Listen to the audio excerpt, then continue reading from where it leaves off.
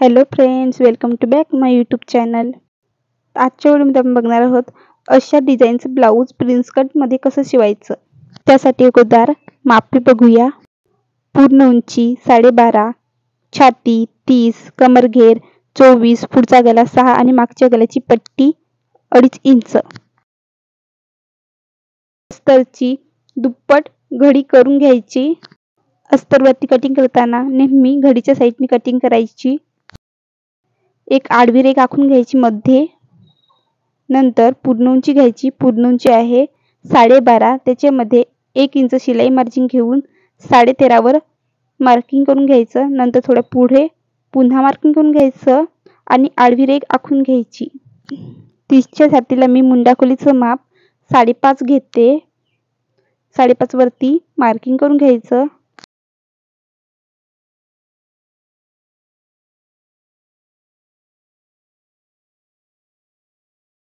मागचा गला डीप असल्याने मी इथे शोल्डर 4.25 घेते.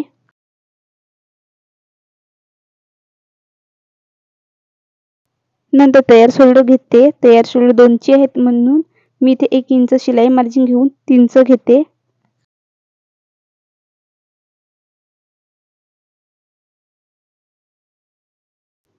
आडवी रेघ 4.25 आणि उभी 5.5 घेऊन चौकोन तयार करून घ्यायचा.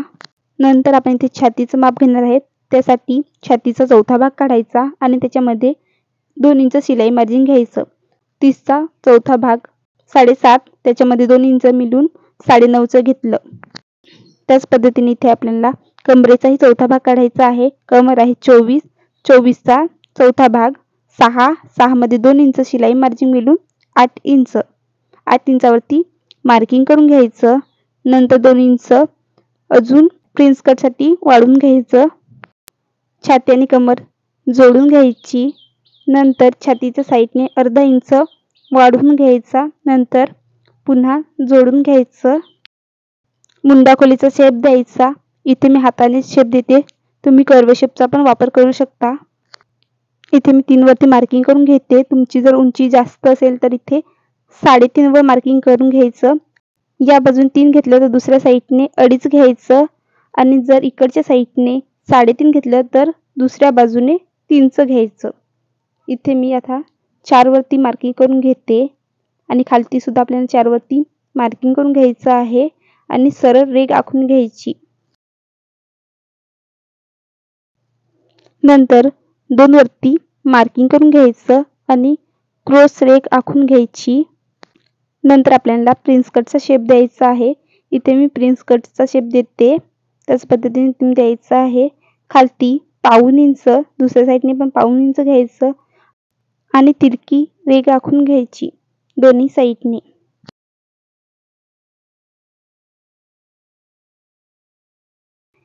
इथे मी राहिलेला प्रिन्स कटचा शेप देऊन घेते.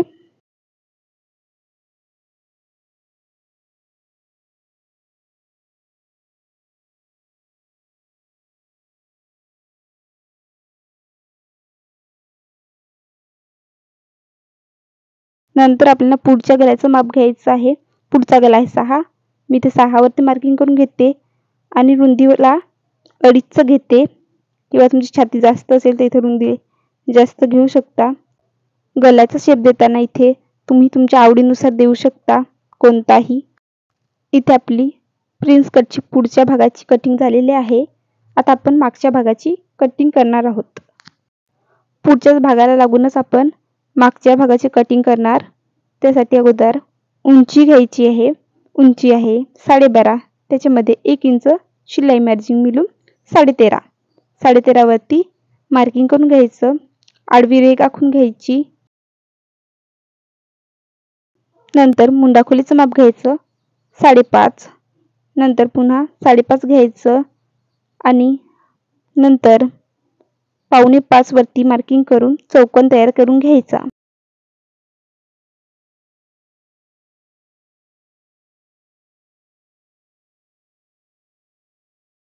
नंतर छातीचं माप घ्यायचं. छातीचा चौथा भाग काढून त्याच्यामध्ये 2 इंच शिलाई मार्जिन ऍड करून घ्यायची. इथे मी 9.5 घेते. नंतर त्याच पद्धतीने कमरेचाही चौथा भाग काढून त्याच्यामध्ये 2 इंच शिलाई मार्जिन घ्यायची। जसं आपल्या पुढच्या भागाचं घेतलं त्याचप्रमाणे इथे माप घ्यायचं, फक्त साईडने वाढून घेतलेलं आहे ते घ्यायचं नाही। अशा पद्धतीने आपली मागच्या भागाचाही डायग्राम काढून झालेला आहे। आता आपण कटिंग करणार आहोत। पहिल्यांदा शोल्डर कट करून घ्यायची, नंतर साईडने कट करायचं। व्हिडिओत दाखवल्याप्रमाणे कटिंग करून घ्यायची। पुढच्या भागाची कटिंग करताना अगोदर गला कट करून घ्यायचा, नंतर साईडने कट करून घ्यायचं आणि प्रिन्स कटचा शेप कट करून घ्यायचं।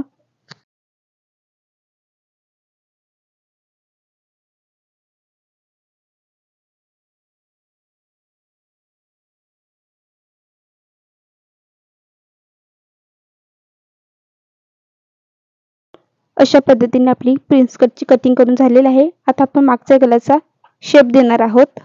त्यासाठी अगोदर मागच्या गल्याची पट्टी घ्यायची। मागच्या गल्याची पट्टी आहे 2.5 इंच, त्याच्यामध्ये 1 इंच शिलाई मार्जिन ॲड करून 3.5 इंच घ्यायचं। नंतर इथे मी गला रुंदी घेते 3.5 इंच। 3.5 इंचावरती पुन्हा मार्किंग करून घेऊन आडवी रेघ आखून घ्यायची।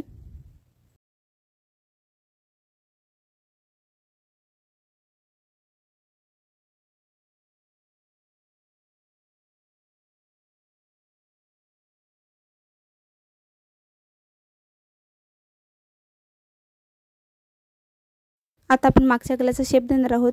इथे तुम्ही गोल किंवा तुमच्या आवडीनुसार शेप देऊ शकता। मी इथे थोडासा षटकोनी असा शेप घेतलेला आहे। नंतर कटिंग करून घ्यायची आहे।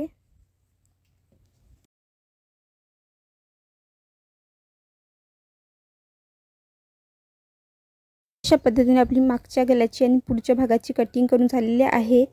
व्हिडिओ आवडला असेल तर लाईक करा, सबस्क्राईब करा, बेल आयकॉनवर क्लिक करा। येणाऱ्या नवीन व्हिडिओची नोटिफिकेशन तुम्हाला मिळेल। Thanks for watching.